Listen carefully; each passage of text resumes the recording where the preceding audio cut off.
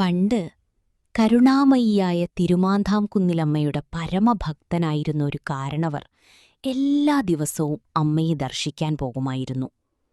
വയസ്സായപ്പോൾ, യാത്ര ഒരുപാട് ബുദ്ധിമുട്ടായപ്പോൾ മനസ്സ് നൊന്തു പ്രാർത്ഥിച്ചു, അമ്മേ, ഇനി എനിക്ക് വരാൻ വയ്യല്ലോ. ഭക്തന്റെ പ്രാർത്ഥന കേട്ട് ആ കരുണാർദ്രയായ അമ്മ കാരണരുടെ ഓലക്കുടയിൽ തൃശ്ശൂർക്ക് വന്നു. ആ ഓലക്കുടയിൽ നിന്ന് അമ്മ ആദ്യം തങ്ങി നിന്നത് വടക്കുന്നാഥൻ ക്ഷേത്രത്തിലെ ഇലഞ്ഞിത്തറയിലായിരുന്നു.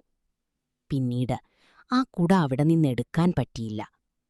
ആ സാന്നിധ്യം അവിടെയുണ്ടെന്ന് തിരിച്ചറിഞ്ഞ കാരണവർ അടുത്തുണ്ടായിരുന്ന പാലമരച്ചുവട്ടിൽ വിശ്രമിച്ച് ഭഗവതിക്കായി പാറമേലൊരു മനോഹരമായ ക്ഷേത്രം പണിതു. അതാണ് പാറമേക്കാവ്.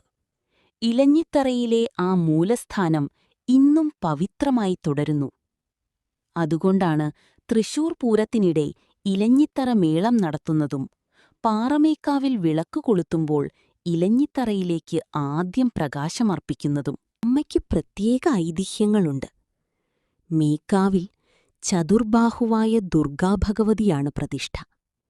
കീഴ്ക്കാവിൽ രൗദ്രരൂപിണിയായ ഭദ്രകാളിയും. ചൊവ്വ, വെള്ളി ദിവസങ്ങളിൽ ഈ രണ്ടു ഭാവങ്ങളെയും ഒരുമിച്ച് തൊഴുന്നത് സർവകാര്യസിദ്ധിക്ക് നല്ലതാണെന്നാണ് വിശ്വാസം.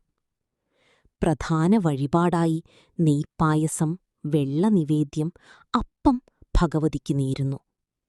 ഭക്തരുടെ പ്രാർത്ഥനകൾ അമ്മ പെട്ടെന്ന് അനുഗ്രഹിക്കുമെന്നും വിഘ്നങ്ങൾ അകറ്റുമെന്നും ഉറപ്പാണ്.